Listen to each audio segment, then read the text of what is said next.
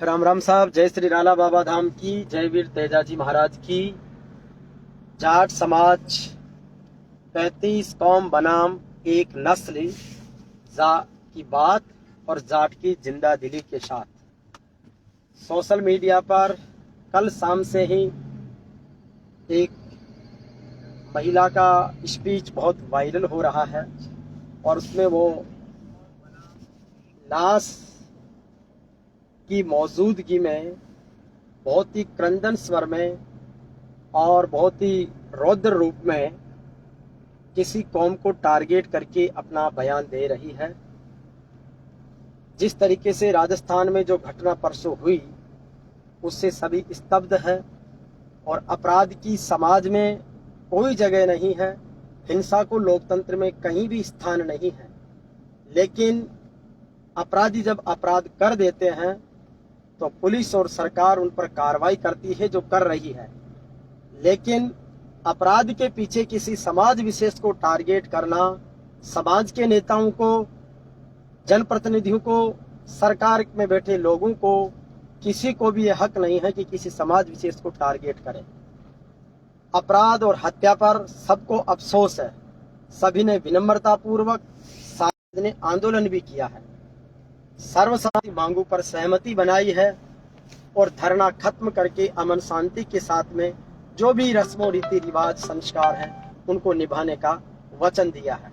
लेकिन वहीं पर एक महिला जिन्होंने माइक हाथ में लेकर कहा कि समाज ने, सरकारों ने जो फैसला किया उससे इतर मैं 35 कौम को जिंदाबाद करूंगी और एक कौम को किन उपनामों से उसने संबोधित किया है, यह बहुत ही दुखद बात है।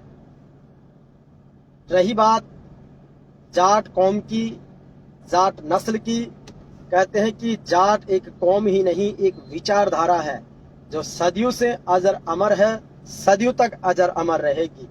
जब जब भी मानवता पर संकट आया है, जाट समाज में पैदा होने वाले वीर पुरुषों ने सदैव सबका संरक्षण और सुरक्षा दी है। जाट समाज का गौरवशाली इतिहास आप उठाकर देख लें। चाहे किसी भी धर्म में किसी भी तरह की अगर जब भी जाति हुई है, जाट समाज के लोगों ने सुधारात्मक और सकारात्मक दृष्टि से उस समस्या का समाधान भी किया है।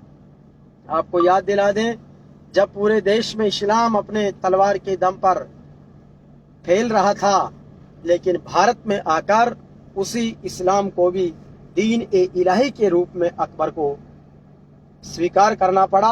ये जाट समाज के लोगों ने अदा। सभी किसान कौमें जो साथ रही, सबको साथ लिया। जितने भी पिछड़े लोग थे उनको मुख्य धारा में लेकर आए। हमारा तो इतिहास यह है कि सत्यवादी वीर तेजाजी महाराज जो अपनी वचनबद्धता के लिए, लाछा गुजरी की रक्षा के लिए अमर बलिदान हो गए। महाराजा सूरजमल जिन्होंने विधर्मियों के खिलाफ ऐसी जंग छेड़ी कि सब देखते रह गए, दिल्ली को फतह कर लिया था।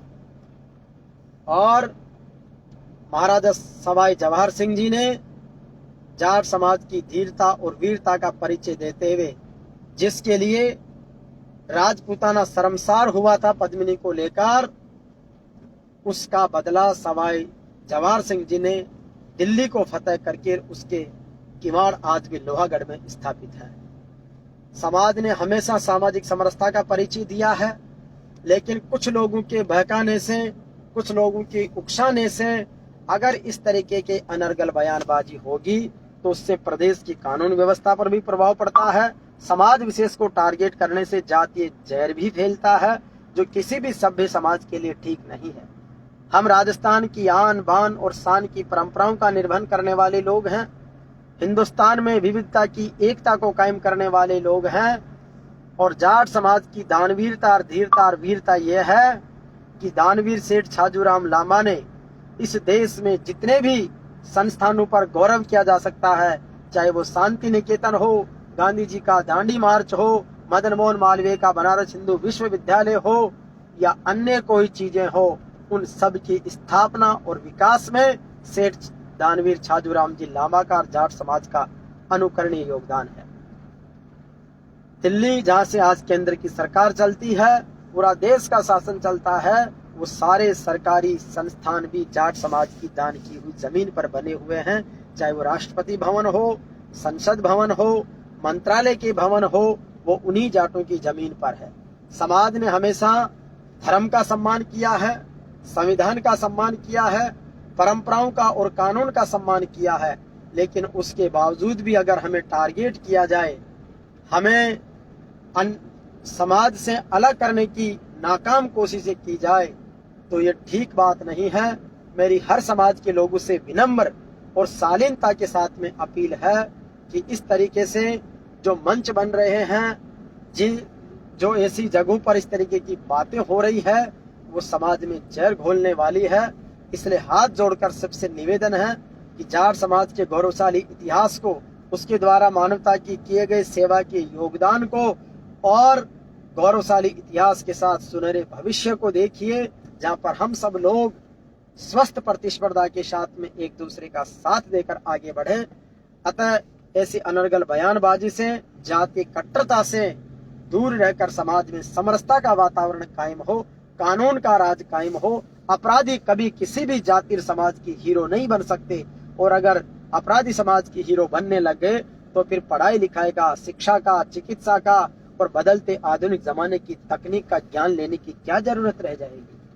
इसलिए आज अगर अपराधियों के नाम पर छुट्टियां होगी, अपराधियों के नाम पर धरने प्रदर्शन होके समाज एकजुट होंगे, तो फिर अच्छी चीजों के लिए कौन एकजुट होगा।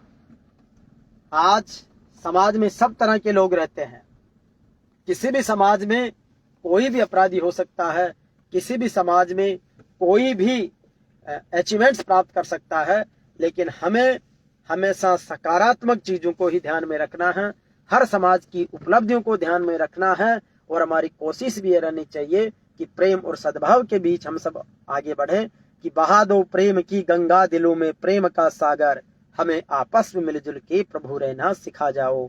हमारा कर्म हो सेवा, हमारा धर्म हो सेवा, सदा ईमान हो सेवा व सेवक जन बना जाओ। इस राष्ट्र के सेवा भावी हम बनने का प्रयास करें, जातीय जहर को घोलना बंद करें, धर्म की अफीम को सुगाना बंद करें, और हम सब मिलकर एक अच्छे समाज का निर्माण करें जहां पर अपराध को कोई जगह नहीं मिले।